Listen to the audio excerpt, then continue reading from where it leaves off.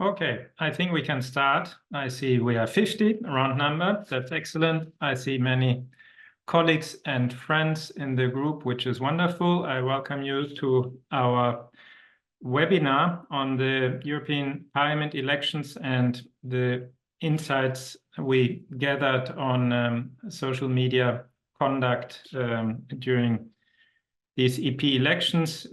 Doesn't need to be explained anymore. I think why the EP elections were important.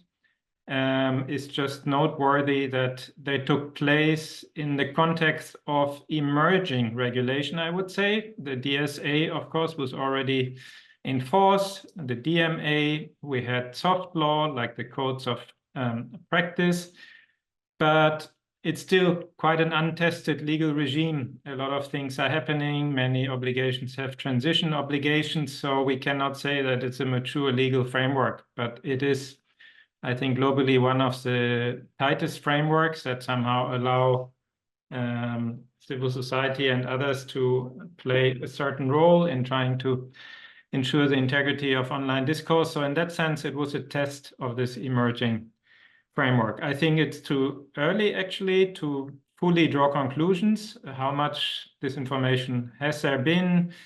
How effective have these instruments been? I hope our discussion today helps us to clarify our mind on this. I've actually read statements that said the one thing, that there was nothing dramatic, other statements that pointed at some failings of platforms. So I think the jury is still debating, so to speak, before we can say we have a clear opinion on this.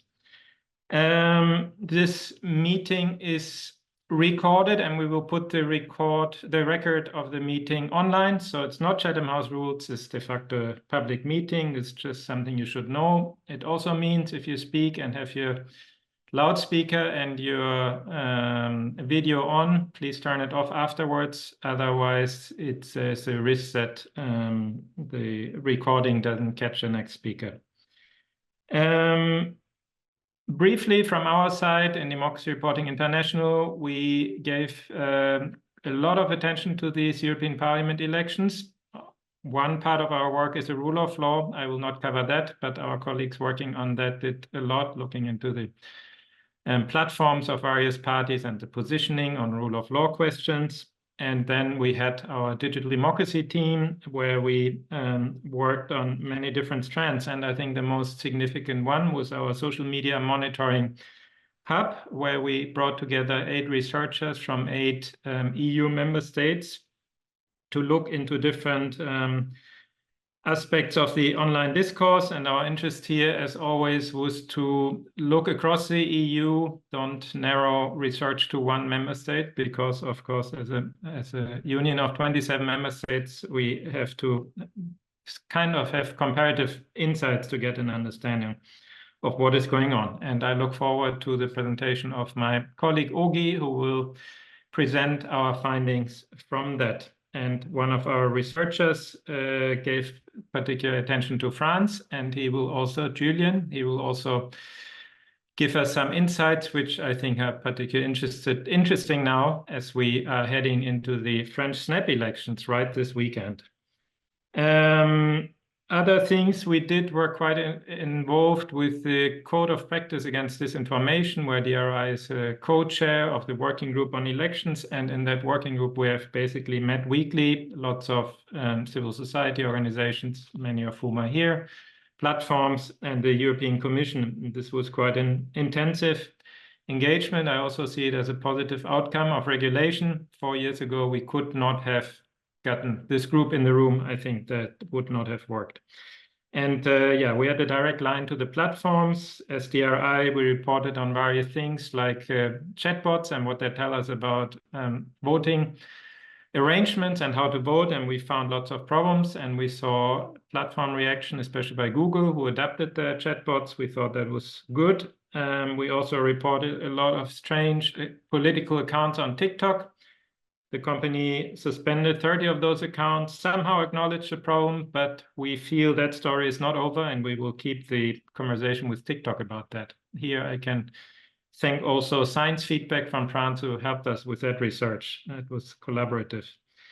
Generally, we looked at different themes, and we will go through them today, and also at different platforms, Instagram, Facebook, X, and I'm particularly TikTok, and I'm particularly happy that we also did a study on WhatsApp, which is very understudied. So we look forward to discuss that too. Also look forward to the discussion that we have with some of you in this event today. And so I hope at the end of this event, we have a bit of a clearer picture, what we think about this information and the European Parliament election, and get maybe insights also on the way ahead. What else do we need to do?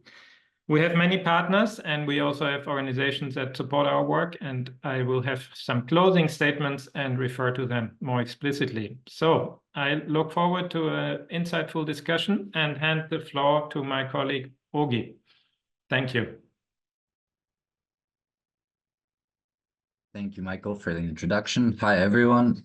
I am happy to be here to present today a variety of our findings regarding the EP elections. As Michael said, we covered a wide range of topics and also looked at a wide range of platforms, and I'll go into some more detail about all of this work.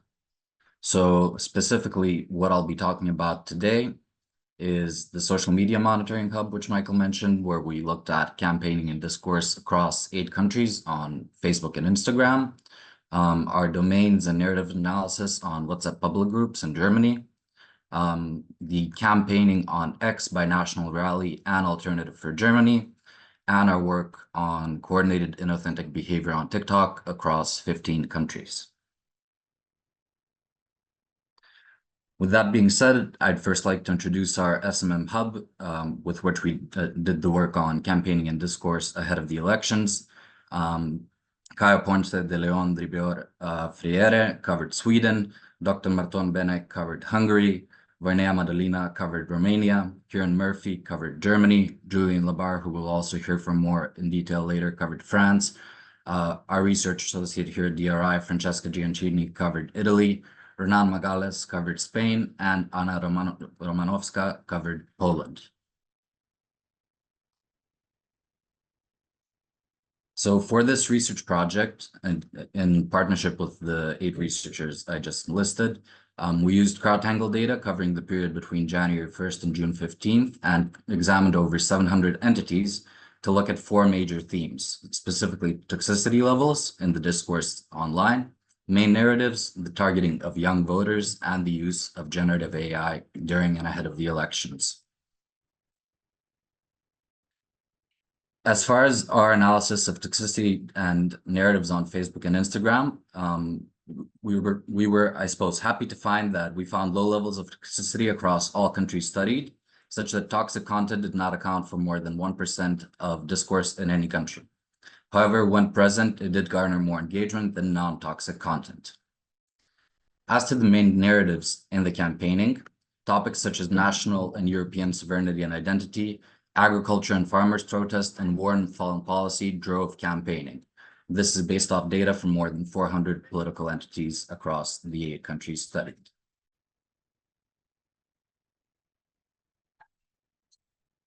We also examined the targeting of young voters, and for this, we specifically focused on the targeting of young voters in Spain, Poland, Germany, Hungary, and Sweden. By targeting, we mean, of course, in political campaigning. We found that approximately 13% of the content targeted young voters. Greens had the highest proportion of posts targeting young voters, but far-right parties and politicians had the highest level of engagement, despite having a much lower proportion of posts targeting young voters, which was about 8% as opposed to the 20% that we see from the Greens. This data is based on, these findings are based on data from around 310 political entities. We also looked at the role of generative AI ahead of these elections. Here, our work was much more qualitative in nature, in that researchers were asked to pay attention to various events that are being reported on in their media environment. And from our findings, we can see that generative AI played a small role in the elections, but was used in a variety of ways across Italy, France, Romania, and Sweden. the manner in which these were used was from generating memes about politicians and candidates, such as in the case of France, and a deep fake of Macron dancing in a gay nightclub, generating anti-EU propaganda, such as in the case of Matteo Salvini in Italy, generating pro-Russian content, then further spread by Russian-affiliated sources, including Dmitry Medvedev. This also occurred in France, generating anti-immigrant content, particularly in Germany by the AfD, and supporting voters in decision-making via a chatbot, which was produced in Sweden.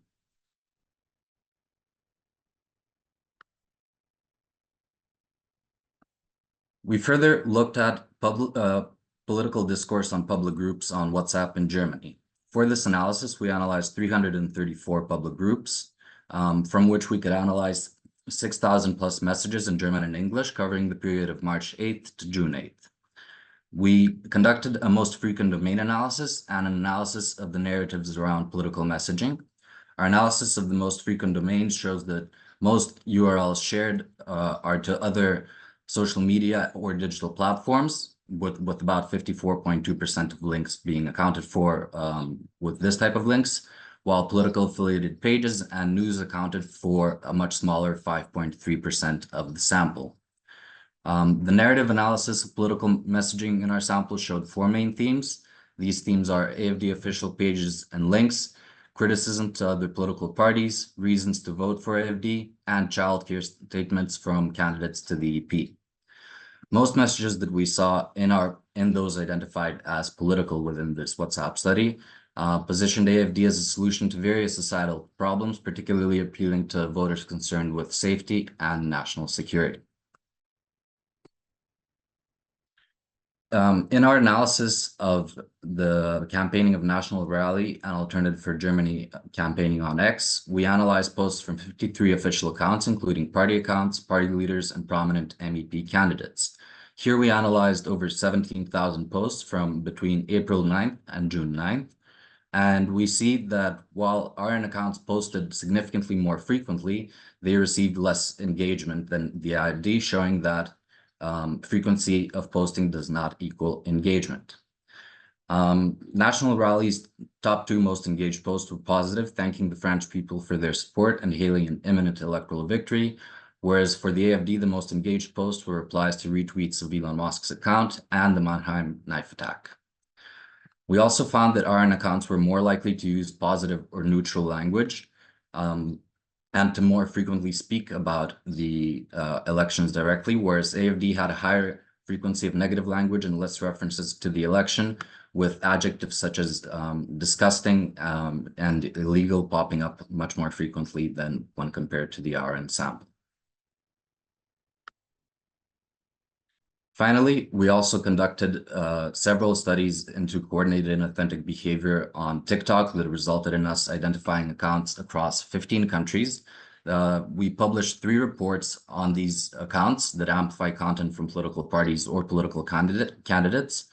In total, we flagged 89 accounts with representing some nearly 2 million followers. And these 89 accounts were representing 31 candidates or political parties. TikTok, as a result, removed 32 of these accounts for breaches of community guidelines. We found that these accounts used the name of a political party or candidate in their account name and the logos of parties or candidates. The accounts usually also follow no one or only a few people, but have a significant followership, and they almost exclusively reshare or amplify party or candidate content. We find these accounts problematic due to the lack of transparency on party affiliation, which could mislead users. In many cases, they are impersonating political candidates. We also find them problematic because they generate undue visibility and influence, and they represent an easy way to circumvent platform policies on political accounts. In particular, TikTok's policy on government, politician, and political party accounts restricts political advertising or solicitations for campaign fundraising. So with this, I've gone over a wide range of the kind of research that DRI has been doing as part of ahead of the EP elections. And with that, I would like to thank you for your attention and pass the floor to Julian to present a bit more detail the study on France. Thank you.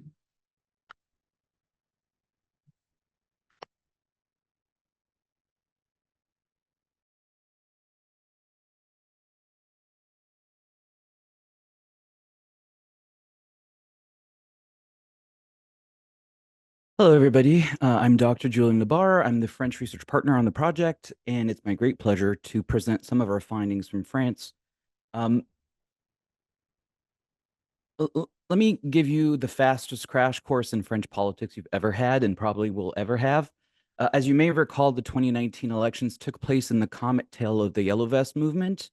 The 2024 European elections also occurred within a highly volatile political landscape, but also a mutating media landscape that has become newly polarized between mainstream and right-wing media.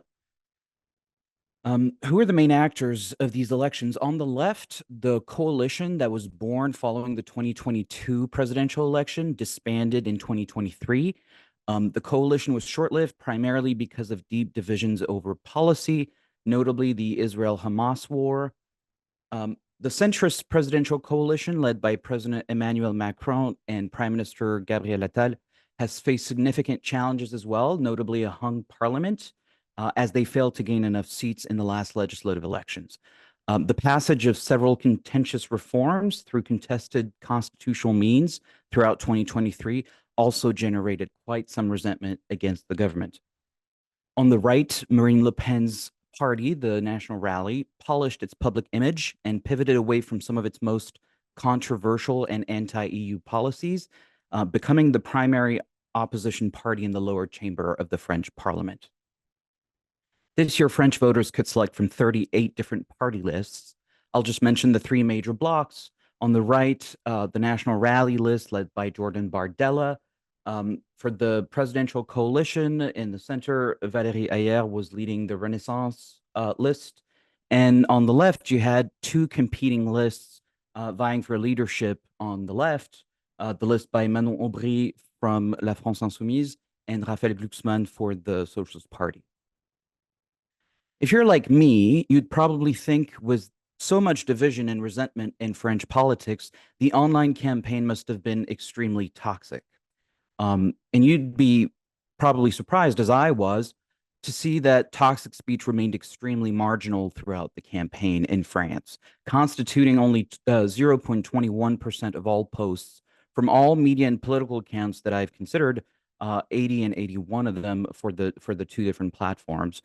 These posts that were actually flagged as containing toxic language exclusively came from the left and the far left, but even for them, this was less than 2% of their posts. So why so little toxic speech? Well, historically incendiary parties, especially on the far right, like the National Rally, have tried for years to cultivate an image of respectability because they're getting closer and closer to actually having a shot at governing. Who were the targets of that toxic language? Very briefly, this included Economy and Finance Minister Bruno Le Maire.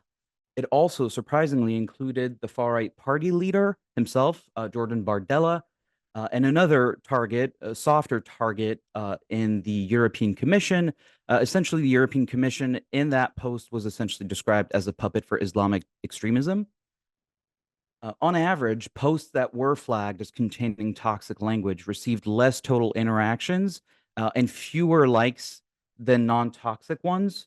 However, they received more comments and were shared far more often, which suggests that online users in general are less receptive to toxic posts. However, that may also suggest that a fraction of online users, maybe the most politically engaged citizens, actually get motivated by toxic speech.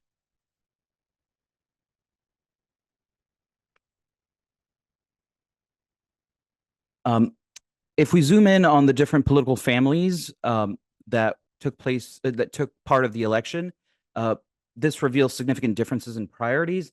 The far left pushed the Israel-Hamas war very strongly. The left overwhelmingly focused on the environment. The center, interestingly, were the ones who communicated proportionally the most on agriculture and immigration, and overall had pretty similar priorities compared to the far right. As members of the EPP, the right spoke most about EU leadership. They also spoke about national sovereignty. The far right were the only ones to push cultural and identity grievances. Now, that is the view of the agenda when we look at percentages, but looking at the number of posts, tells a much different story. The far right absolutely dominated online communication throughout the campaign. And as you can probably guess from seeing these data presented this way, the substantive issues that the online campaign really revolved around were agriculture, free trade, the environment, and immigration. The media brought in a bit more diversity with foreign policy as well as energy costs. The only issues that were not dominated by the far right were war and foreign policy. Here you can see the top 5 accounts who contributed most to foreign affairs. And as you can see, all of those are media accounts. You don't actually have a political party that dominated war and foreign policy. And as I said, the far right is not displayed here. The environment is the other one that the far right did not dominate. Here you can see that the 5 accounts that contributed most to the topic all belong to the Green Party, and together they were responsible for 2/3 of all posts on the environment and climate change. The agenda reacted to domestic events for some issues like agriculture. Here you can see that agriculture had spikes of attention at the start of the farmers' movement on January 18th, but also at the opening of the Paris International Agricultural Show in mid-February. But continental considerations also influenced the life cycle of some issues, like immigration here. Negotiations and the passing of the EU Migration Pact influenced greatly how much political actors spoke of immigration. Now, we're looking at data that come from social media. And so you might ask, how and how much did parties target young voters as a distinct constituency? And the answer is, well, not very much. Only about 4% of all posts targeted young voters specifically. However, when they did target young voters specifically, they actually expanded the agenda and covered issues like TikTok, new technologies, infrastructure, identity grievances, but also EU cooperation projects like Erasmus or Airbus. Moving on to our last question, what was the prevalence of generative AI incidents throughout the campaign? Deceptive material of that sort can be really hard to measure or even really hard to detect. The CNIL, which is the French Data Protection Authority, reported over 150 incidents without saying too much about their exact nature. But I'll show you some example of what we do know actually happened. I want to emphasize 3 alarming cases which involve deepfakes of very prominent figures. One was impersonating fictitious relatives of Marine Le Pen and promoted nationalist sentiment and has earned over 600,000 views on some videos before they were deleted. Another showed President Macron cross-dressing in a nightclub, contributing to disinformation about his sexual orientation and his private life. I'll mention one last example. On February 14th, 2024, Dmitry Medvedev shared a deepfake video on X falsely portraying a French journalist, claiming that President Macron refused to visit Kyiv due to an intercepted assassination attempt. Now, you may think that, after all, those are not a lot of cases. However, these are prominent cases. As a researcher who studies disinformation, I've argued in my research that fake news are just the tip of the iceberg. It is not exposure to disinformation or deceptive content that really matters, but it is people's perception of a polluted information environment that matters. Because once you believe that there is some disinformation in circulation, you'll start questioning what is false, but you might also, more importantly, question what is true. This brings me to my main takeaways. Toxic speech remain marginal overall, but this should not be read as a sign of democratic health. This may actually be even more alarming of a symptom. The far right has become so powerful, it achieved what I call a cordial confiscation of the election. Without needing to resort to its usual tactics, its dominance over the campaign agenda was unmistakable. Bardella's far-right list, as most of you probably know, was met with resounding victory. And as I imagine many of you also know, President Macron conceded to calls for snap elections. I believe these elections have set the stage for a potentially transformative period in French politics and, by extension, the trajectory of the European Union. The prospect of a far-right government, the first since the Vichy regime, makes the 2024 election some of the most consequential for French domestic affairs in the history of European elections. Thank you for your attention.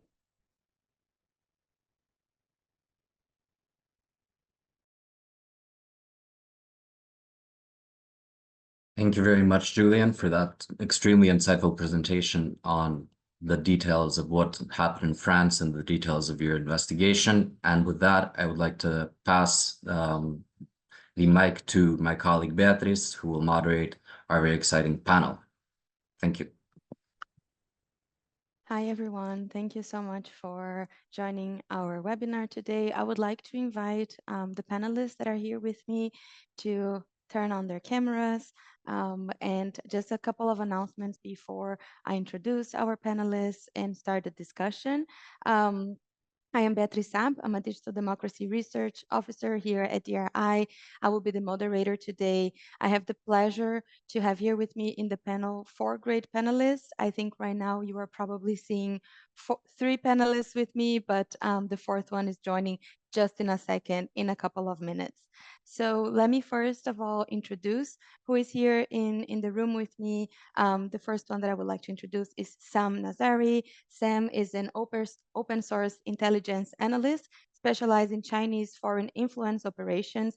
He primarily works with coordinating a counter-disinformation coalition of 34 organizations. Sam is also working to develop the design framework, a common language for describing disinformation techniques. We also have here with us Tamian Tervri. He's a legal and policy officer at DG Connect, and he works on the EU's counter-disinformation strategy and policies. We also have here Fulvia Menin. Fulvia is a policy officer at the EEAS, Information Integrity and Countering Foreign Information Manipulation and Interference Division. She works on information manipulation and disinformation policies and international partnerships. Previously, she worked for the European Commission focusing on media policies. She holds a law degree from the University of Bologna and a further specialization in intellectual properties and information and communication technologies. Lastly, who is joining us in a couple of minutes, is Victor Rico. Victor works as a consultant for public policy and institutional development at Maldita, a Spanish nonprofit media outlet and foundation that fight against disinformation through journalism, education, research, and data in new formats. Victor is an expert in political communication and international relations with 6 years of experience working on policy development and communication at the European Commission. Thank you all so much for being here with us today. It's a pleasure to moderate this panel. To start, I'm going to pose one specific question to each of our panelists. I will ask you to answer the question in around 4 minutes, and then I will move on into a broader discussion. I just want to remind the attendees that you can send questions in our Q&A functionality here on Zoom. I will try to prioritize the questions from the audience during the discussion. So I think we can start, and I would like to first pose a question to Tamian, who is here with us. Tamian, I think we all know that the European Parliament elections were considered a test to the effectiveness of the EU regulation framework, with legislation such as the Digital Services Act, the DSA, but also soft regulations such as the Code of Practice that I will refer as COP, in which we know you are a bit more engaged. I think I would like your opening discussion to be, what is your assessment? How has these regulations mitigated the threats of harmful and illegal content during the EP elections? If you could tell us a little bit, what are the gaps or areas for improvement that we can expect as well the EC to be acting on? Hello, everyone, and thank you, Beatrice, for the introduction and for the questions. Also, thank you for the invitation to this panel. I think maybe I will be brief, but I will give just a brief overview of the main tools that we had in place for these elections and how they played out. So indeed, I think we had a very strong framework for these European elections, and this ensured also strong preparedness from the institutions, but also from other relevant stakeholders. So of course, as you mentioned, since 2022, we have the strengthened Code of Practice on Disinformation, which already contains a number of commitments and measures that are very relevant in times of elections, such as measures to demonetize disinformation, ensure the transparency of political advertising, strengthen media literacy, provide additional context to users, including through fact-checking, and so on and so on. But of course, the difference now is that we have the Digital Services Act in place, and in April, the Commission issued the first ever guidelines addressed to providers of very large online platforms and search engines on containing recommended measures to mitigate the risks to the integrity of the electoral process. A lot of these measures also draw on the Code of Practice on Disinformation, but the guideline also have a lot of recommended measures on cooperation.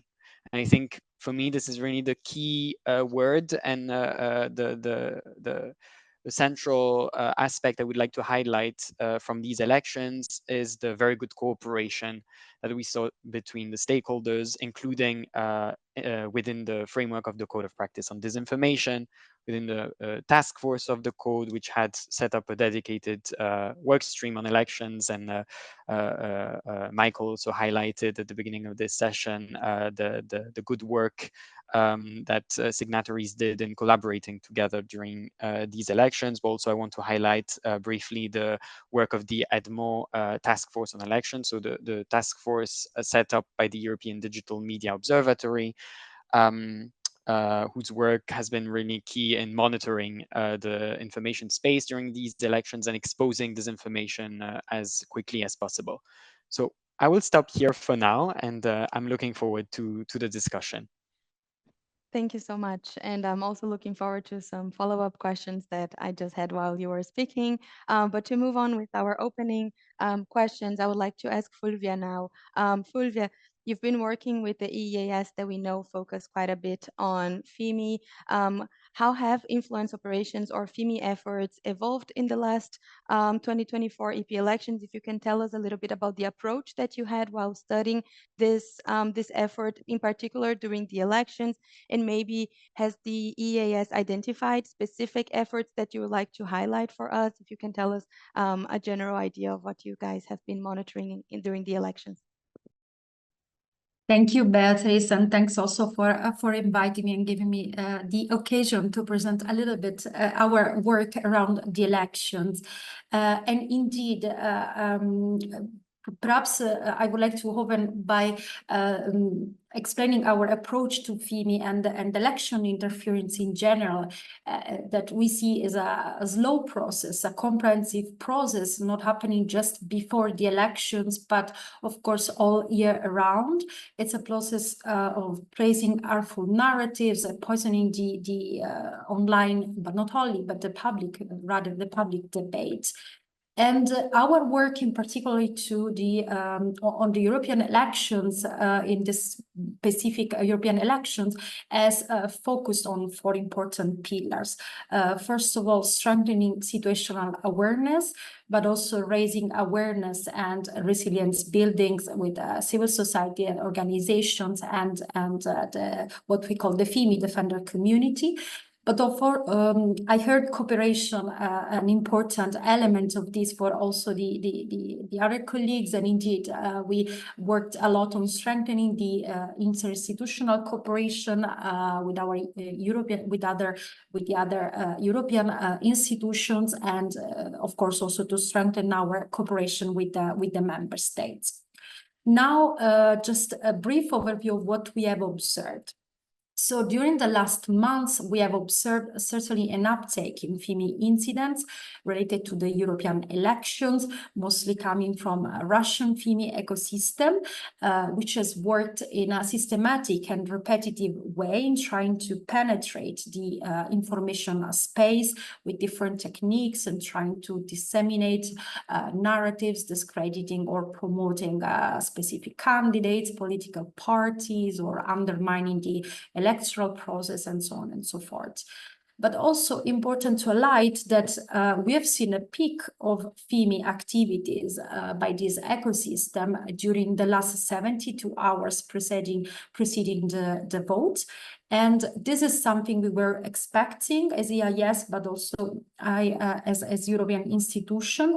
And this is also in line with the findings of our second FIMI threat report that we published a couple of months before. But I am glad to tell today, but in general, that despite all these incidents that we have detected, we have not detected any any information and manipulation attempt capable of disrupting the elections or posing a significant threat to the vote. Without going too much into details, for example, we have on what we have detected and analyzed. We have seen a couple of operations from the so-called doppelganger and portal combat networks, actually also working in a coordinated manner and trying to, in this coordinated way, amplifying certain articles across different domains, and mostly actually working on impersonating legitimate media outlets. This activity primarily targeted France and Germany, but content was actually published in several other EU languages, Polish, Italian, Spanish, to number few. And so on. So important to see that also this content was tailored to each country and each audience. And also a colleague of yours earlier highlighted a couple of topics that were the focus of disinformation operations. And again, main topics we have seen used were migration, energy, climate, and of course, war in Ukraine. Then perhaps my last point will be on what has changed from the last European elections. Well, a lot has changed. First of all, we have changed. I think collectively we have changed. Now we have collectively an understanding of the FIMI threat that is even better, and we are able to detect and analyze in a better way FIMI activities.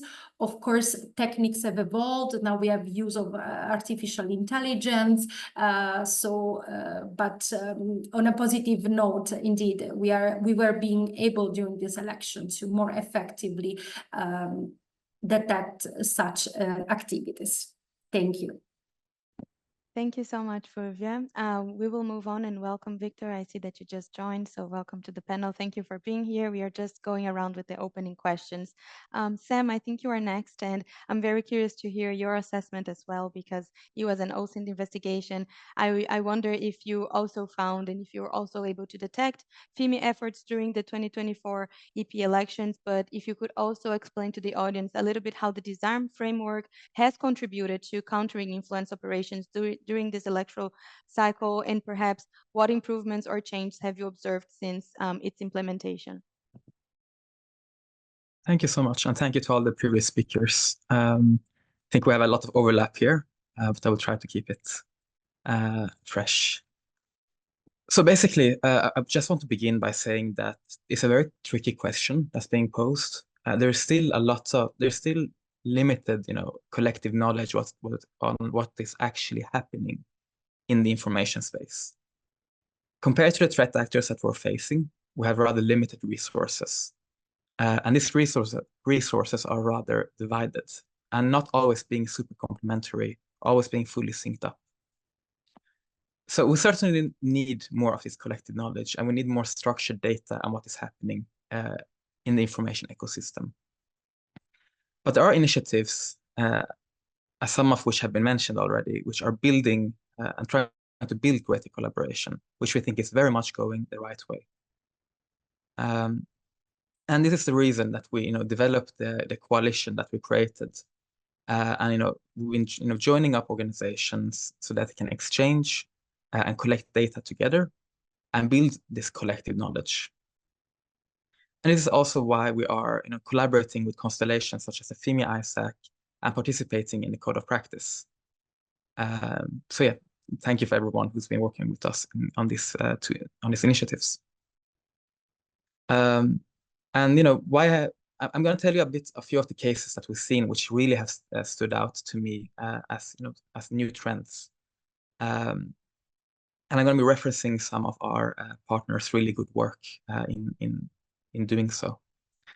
So while we in the past have seen attacks by authoritarian actors against critical voices, so journalists, fact checkers, and so on, this year our dear friends at Check First and Reset.tech, together with a wide network of other organizations which have been speaking with them, had detected attempts to deceive fact checkers and journalists with fake cases, trying to make them lose time investigating meaningless content that is just not really authentic or out there. They're calling it Operation Overload, which I think is a very good name for what this is trying to do. It's an attack targeting our defense mechanisms against FIMI, rather than trying to attack the population themselves, which I find rather fascinating. And as already mentioned, the use of generative AI has emerged on a larger scale. Both the DFR Lab, DRI, the AI Forensic, and us, and I'm sure a lot of other organizations, have seen political parties in Europe use generative AI images in their campaigns, despite some of them, or at least all of the ones that we have seen, most of them have committed to not use AI generated images in an untransparent way. And despite this commitment, they have done so. Another interesting trend that we observed is that domestic actors are picking up the practice of using covert paid influencers. So influencers which are being paid without acknowledging that they're being paid by political parties and so on. And this is kind of breaking away from just using anonymous pages to promote your agenda, but yeah, using more personal, more heart-hitting, a more heart-hitting medium. We've also seen, as I think all of us know, a lot of unlabeled political ads. Doppelganger is a good example of how this has been used, but there are also a whole bunch of other cases where posts by anonymous or sometimes hijacked pages are being turned into ads and promoted to reaching millions of people all around Europe with political content without being transparent about who is behind this content. I would be lying if I said that all of these things and all of the things that we've seen is the full picture.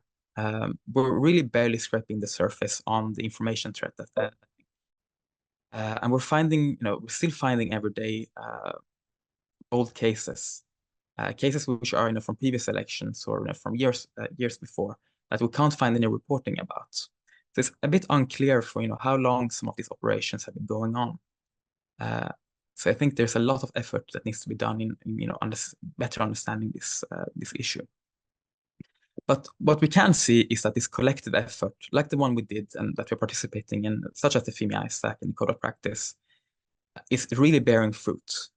A collective approach is increasing our capabilities to detect cross-country threats, such as doppelganger, for example, while avoiding to polarize our analysis of the same cases. And we really should continue developing such collaborations. So, getting to disarm is a frame, for you who don't know what disarm is, it's a framework which allows analysts and researchers to share a common language about disinformation, FIMI, whatever term you want to use, tactics and techniques, so the behaviors that are being used to promote problematic narratives or hiding your identity and so on. So the approach that we've had within the coalition of employing the disarm framework has been to highlight for each case only the top 4 most manipulative behaviors. And by having this more focused approach, we were able to identify the vulnerabilities that are being exploited by these top 4 manipulative behaviors. So seeing the vulnerabilities being exploited by threat actors and comparing them across the cases. Having this comparison allows us to see, to some extent, the systemic issues that we need to maybe face. But also, yeah, having a common language really simplifies us talking with each other and exchanging cases and finding common solutions. And having this understanding of the vulnerabilities has also allowed us to kind of look at the tools that we have and seeing how we can maybe counter the cases that we see when we see them. And we have been collaborating with different constellations, such as the Code of Practice, in this endeavor. And I think that is the answers to my questions. And yeah, looking very much forward to discussing with you. Thank you, Sam. Thank you so much. You shared so many interesting insights that I would like to follow up. But before we open the floor, I also just want to remind the attendees that you can send questions to our panelists. I will address the last opening question to Victor. Again, Victor, thank you for being here.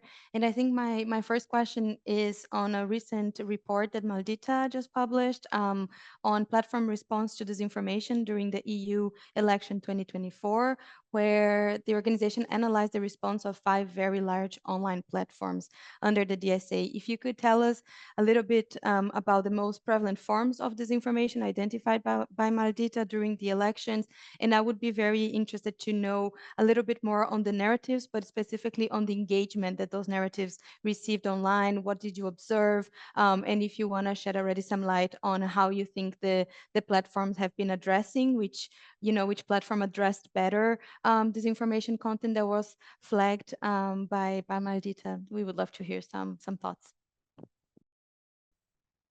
Thank you very much, Beatriz. First of all, thank you for the opportunity to share our thoughts here and our also findings. Yes, I will try to explain it very briefly because actually there are many questions around, but I will try just to explain, to summarize what was this report. Actually, we evaluated 1,321 posts containing this information that had been already debunked by more than 40 European independent fact-checking organizations around Europe. And all this content was posted during 4 months, the 4 months before the elections. And this was all this material that was collected was part of a project that was called EFCSN Elections 24 Check Project. What we did was we wanted to know how platforms have responded to the disinformation that was already debunked by this organization and was accessible actually to the organizations that wanted to have access, including platforms. And we wanted to see how they have acted, if they have acted upon these debunks. And surprisingly for us, because actually many times we work all doing this, and sometimes this information, we public this information, but in this case, this information was collected in a platform where all the platforms were invited to join for free if they wanted. And the result of this was surprisingly 45% of the content, of the disinformation content debunked by the organization, fact-checking organization, did not receive any visible action. When I talk about visible action, is about actions that we can see as users from outside, we can see. For example, we count as visible action to put a label, for example, to a disinformation content saying this content has been debunked by independent fact-checking, and you have the link here. Another visible action could be to, for example, to remove the content.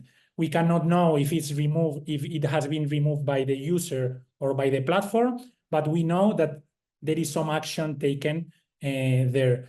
We count it also as actions. For example, when there is what we call information panels. Some platforms, they, for example, when they detect that there is content that talks about EU elections, they add a kind of banner or some panel linking to information that is verified, so you can give context and you can give the possibility to users to get information, trustful information. We count in all these things. So in almost half of the platforms, we actually saw that there were platforms, half of the content debunking, there were no visible action at all. And you were asking before if we saw differences between the different platforms. Actually, we saw very big differences. We saw, for example, the validated ones, the one that better perform according to this research were Facebook and Instagram, which were actually acted on Facebook on 89% of the content that was debunked, Instagram on 71%. But then we see, for example, TikTok that acted on 40% of the content debunk. And in the case, for example, of X, they acted on less than 30% of the content debunk that was in their platforms. And the worst one, actually, according to this investigation, was YouTube, that acted upon 25% of the content. This means, for example, that 75% of the content did not receive any action in YouTube. And in the case of X, 71%. So we see very different ways of addressing this, different ways of addressing content in a time where actually we are all putting a lot of effort, putting the focus, because it's EU elections. We are all of us mentioning that this is particularly sensitive period. So my reply, according to what we have seen here, is that they actually didn't make, at least not all the platforms, they did they didn't take sufficiently seriously this threat during these 4 months of previously to the elections. And you were also mentioning which kind of contents we saw more in this investigation. We actually saw that during these 4 months, we saw different topics actually being more popular or more common than others. We saw the first one was related to the Ukrainian war, was the first one. Second one was climate. Then we have third one labeled like others. We have a mix here of different topics that were not classified. And then we see other, like, for example, the fourth one is national and regional topics. We see also the fifth in the list is COVID-19. Surprisingly, still is a narrative we see online trying to promote conspiracy theories. And then the sixth in the list is Israel and Gaza, not surprisingly. And then we have EU politics and migration. So we see these topics, and something interesting that we saw here is that the level of response from platforms, the level of actions that they took on these topics was also very, very different. We saw, for example, that the topic of migration was the topic with a lower percentage of actions taken by platforms. Almost 60% of the disinformation content, debunk content on migration did not receive any action.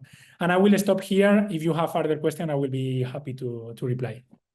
Yes, thank you so much for this overview. And I see that we have some questions from the Q&A. So I'm also going to use my power as the moderator to add a couple of questions there to what has been already asked. And I think the first one is from Mauritius, and it's to Fulvia. And I will add just one question that I had as well. So he asks, if possible, could you provide an update on the implementation of the EU's FIMI toolbox, challenges, upcoming measures? And Fulvia, I think what I just wanted to add to this question is, did you in the EAS division observed also FIMI efforts or, authoritarian actors using generative AI in their efforts? Was this something that you could find high volumes, or the traditional behaviors that we link to a coordinated effort? But do you believe that the use of Gen AI was also present in some of those FIMI efforts that you mentioned? Thanks a lot. Also, thank you very much for the question on the FIMI toolbox. Always happy to, clarify, and probably not everybody is familiar with it. So very shortly, I mean, the FIMI toolbox is it's rather a policy approach that we have to FIMI that we defined over the years, and we defined together, of course, with the European Commission, but also with the other EU institutions and member states. The main 4 pillars of the FIMI toolbox are situational awareness, resilience buildings, disruption and regulation, and of course the EU external action. So as you can probably already understand from those 4 main building blocks of our approach, this is a rather collective effort approach. It's a whole society approach, not all let's say elements or measures that are that we listed but simply put together in this approach can be done by us. There's all entire list of stakeholders that actually have a responsibility, obligations, but also are receivers of such measures, such as civil society, of course, other institutions, member states, but not only governments, and also citizens at large, and so on. So in this sense, and as update, I mean, we can give you the update that during, I think already during the last year, that the EU FIMI toolbox was actually adopted also, and supported by all the EU member states, and our work on it is continuous, is ongoing, and it's sort of an open book that it always gets enriched by, for example, new regulations that are adopted by the other institutions, such as more recently, of course, the Digital Services Act, but not only. We have the AI Act, for example, and for example also the Transparency on Political Advertisement initiative will start to kick in soon. So just to give you a flavor of that. And then, Beatrice, back to your questions on the use of generative artificial intelligence, generative AI on these cases, on these FIMI cases we have detected. Well, of course, there is definitely an increase of use of generative AI technology by FIMI actors, and we see this, but I think already was mentioned by somebody previously. It's not exactly easy to quantify this use, but we see it, of course, and we see it, for example, with the creation of content, text, images, videos. For example, in one of those in those campaigns I've mentioned before, Doppelganger, there was a lot of use of those techniques, but also, you know, in the use of bots or resharing by bots on platforms. That's also where when generative artificial intelligence is used. And definitely this has made creation of content and by FIMI actors cheaper and definitely faster. But we have not yet detected any incident that was that involved the use of generative AI that was really capable of being disruptive in a sense. And for us, it's really we see it actually as a positive development, because we're really trying, and we hope we can actually in the future do this even more, to integrate even more in our FIMI, countering FIMI activities. And I hope it's a joint effort in this to use even more generative AI. Thank you so much, Fulvia, and very insightful what you're saying. I want to still address one of the questions. I'm going to kind of merge two questions that we have from the audience, and I would address them to Tamian. I think that's one of the big questions that, you know, people are always interested when we have someone from DG Connect. So the first one is, how do you assess the future role of the code of practice in the view of the DSA's codes of conduct? And I think if you want to merge also with the question from Armin, where they ask, where would you still see loopholes which need to be addressed to strengthen transparency and accountability of very large online platforms and fighting FIMI, for example? So if you could give us some of the insights that you can give us in terms of next steps, loopholes, what still needs to be done. And just for accountability, we still have around 7 to 8 minutes, and I will still address a question to Victor and to Sam. So Tamian, I would appreciate a concise answer. Thank you. Okay, I will try to be as concise as possible with these difficult questions, but I'm happy to be in a panel with so many signatories of the code. So I think it's not only for the Commission also to think about the role of the code, but the signatories together. And of course, the Commission is actively working with the signatories to convert the code as a code of conduct under the DSA. So this would make the code of practice part of the core regulatory regime under the DSA as part of Article 45. And as such, the code would have a bigger role in contributing to mitigating the risks of disinformation. Within of course, the framework of the DSA, mainly Article 34 and 35 on systemic risks. Then on the loopholes and further development, of course, now we have all these new regulations. I see in the chat that there is also a question on, you know, we have so many new regulations that were passed. There is a need, of course, also to have the time to put in place an enforcement infrastructure and to implement these different regulations. So this is definitely something that has already very much started, and a lot of actions have already started under the DSA, but now we'll have also the AI Act. So of course, there will be a lot on enforcement. But then on disinformation more specifically, I think something that was quite successful during that we've seen quite successful during these elections, but that we need probably to further strengthen, is our detection efforts and detection and monitoring efforts, which can only be done with contributions from a variety of stakeholders. And I think this is really the added value of having a multi-stakeholder forum like the Code of Practice. But of course, there are other organizations outside the Code of Practice that play a huge role in monitoring the information space. But now with the challenges of AI-generated content, we need also to build up new capacities to be able to detect new forms of disinformation. And finally, I think we've seen also collaboration efforts being very successful during these elections, but we need to strengthen these collaboration efforts and make them more sustainable in the long term. So I think this is also something where we need to work to make sure that this is not just you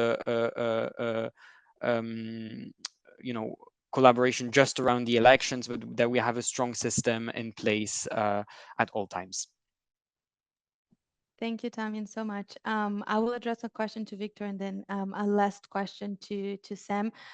Victor, also Sam mentioned attacks directly to fact checkers from their studies, you know, with also malicious actors trying to attack our defense mechanisms, attacking the fact checkers that are there. From a fact-checking perspective, what are some of the actions that you guys would like to push more for the platforms in terms of response? What is missing? Also, if you want to give us an assessment of, you know, the legislation from your point of view, what is missing for the platforms, for example, such as X and YouTube, that did not take any action on the content that you guys observed? What is some of the measures that you are pushing for from the fact-checking perspective? Yes, thank you. Thank you for the question. I think we actually are not asking to invent the wheel. I think Tamian mentioned before the code of practice, and I think that's a very good starting point, because that's a piece of regulation, let's say, even if it's a voluntary, it's a co-regulatory instrument, but it's an instrument that has been created together with different actors, with all the different actors that are involved on this. So it has it has been agreed, measures there has been agreed by civil society organizations, by institutions, by platforms. What is very important, but because it's not just a government, for example, saying you have to do this, are solutions that have been agreed. And that platforms, most of platforms have already agreed and committed to implement. And I think it's very interesting because it's a document with a very long list of commitments, of solutions that platforms may take to address this information. And for us, the most important thing is that platforms start implementing the commitments that they agreed there. That's the most basic thing. I think if they do this, a very big part of the problem of the issues that we see today would not be there today. And I'm saying this because actually the European Fact-Checking Standard Network, they published in January this year a report evaluating how the signatories have, particularly the platforms, how they have addressed these commitments, if they have implemented or not. And the conclusion was that actually most of platforms and most of commitments, they were not fulfilled, and they did not have effective risk mitigation measures against disinformation in place, which is one of the requirements of the DSA. So, as I said, for us, we have there the solutions. The important thing is that platforms take them seriously and they start implementing. And just to give you some example of things that for us are important, one of the things that is mentioned both in the code of practice and also in the DSA is collaboration with fact-checking organizations, and to try to integrate the work of these independent European organizations, which are experts on this information, to integrate our work on these platforms, because we work doing that and we are experts on this and we have some knowledge on that. So I think the first thing, the most basic thing would be to try to collaborate, to establish collaboration. We see this, for example, and we see here the results on this study. Meta platforms, they have collaboration with fact-checking organizations, and we see the results. We see that as a consequence, they acted more than other platforms on the disinformation content that was debunked. So this is just one idea, but as I said, we have the code of practice there that brings a lot of solutions, and they only need to be implemented. Thank you. And I think just so for us to close the panel, I also want to give Sam a question, which is going a little bit with Armin also posed here. And I know, Sam, this is a hard question to answer in 2 minutes, but I will ask you to try to do so, because from one side, we see the platforms perhaps collaborating more with fact checkers, but at the same time, we see data access being harder to get, as you mentioned, as an issue with new platforms, with CrowdTangle shutting down. So we know that you are also taking part in some of initiatives to, try to push for more data access. If you can just shed light a little bit on your perspective on this, and how, and if this difficulty to data access at the moment impact the work around the elections, to monitor some of your efforts throughout the elections. If you can give us a very quick 2-minute answer so I can close up the discussion as well.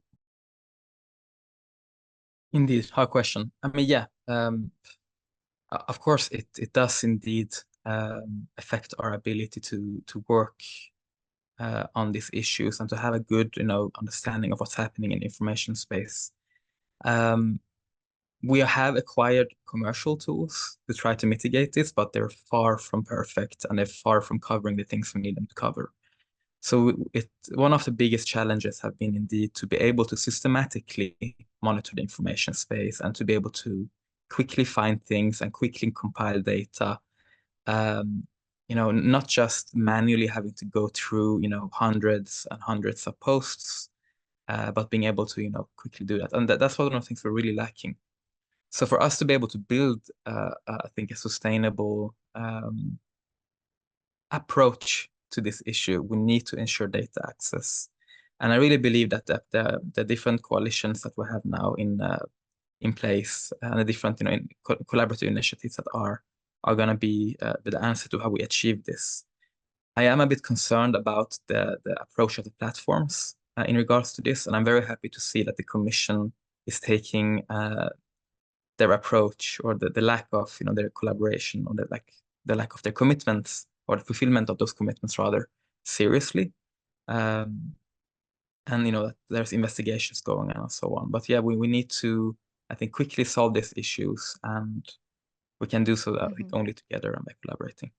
Yeah, thank you so much, Sam, for the question, for the answer, and thank you so much for joining. I think a key takeaway that I heard in all of the answers is collaboration, is cooperation. I think the DSA and the Code of Practice was already these first instruments that we saw as fruitful from pro-democratic actors that want to keep the integrity of the information space. So thank you so much for being here, for talking to us today. I appreciate it very much.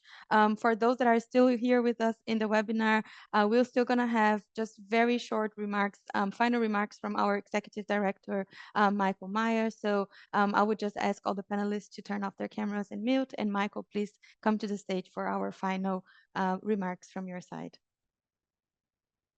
Yeah, thank you very much for the interesting discussion. I think one thing is clear. It's such a complex field that a bit more than an hour cannot go very in depth, but I learned a lot, and I think it was a good tour d'horizon of what we've seen and where we are in this field. I want to give one specific feedback to the question of the Code of Practice turning into Code of Conduct.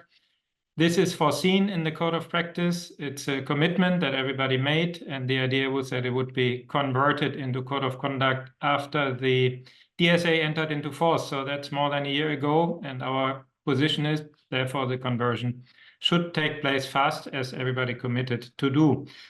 On the more general question that I posed at the beginning, what should we think about these EP elections? I think at the end, it's a bit the glass half full. I fully agree with the speakers from EAS and from DG Connect. It was quite a different game than it was in the last EP election, because we had a lot more ways of engaging, more ways of holding platforms accountable, more ways of doing something, essentially. And also, I think we cannot say that anybody found extremely significant widespread disinformation with a huge quantity. I think that would exaggerate what we have been seeing. Nevertheless, as the contrarian in me also thinks, yeah, everybody has a good reason to be positive.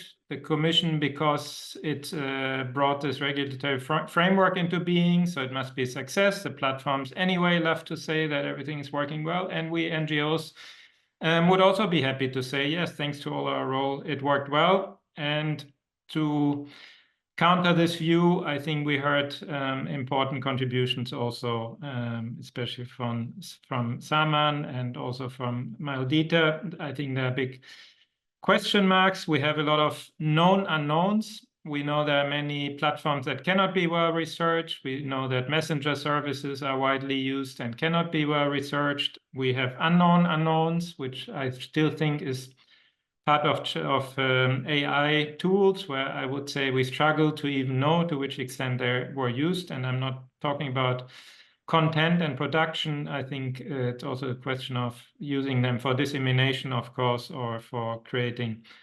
inauthentic actors. So I think there is a lot that we cannot say we know. So I would take very much support, very much a view of Saman and other colleagues that we need to do a lot more. And Tamyan also said that there needs to be significantly more and deeper monitoring. So I think we should not lean back and say this all worked great. But yeah, we have made a step forward. So much, I think, we can say. Before ending, I should mention that we had invited platform representatives also, but they were not available. That's just a signal that we are not trying to shut off their point of view.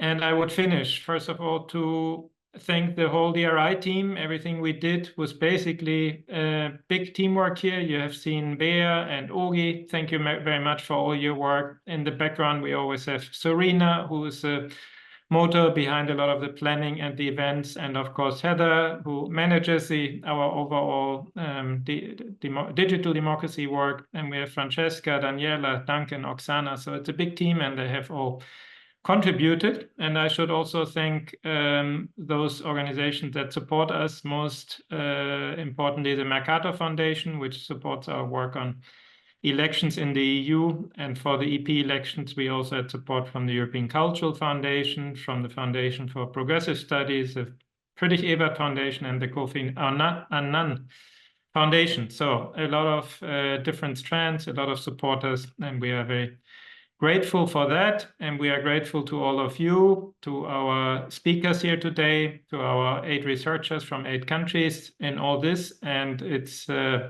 the end of this webinar, but surely not the end of our cooperation and of our exchange. I wish you a good afternoon. Bye-bye.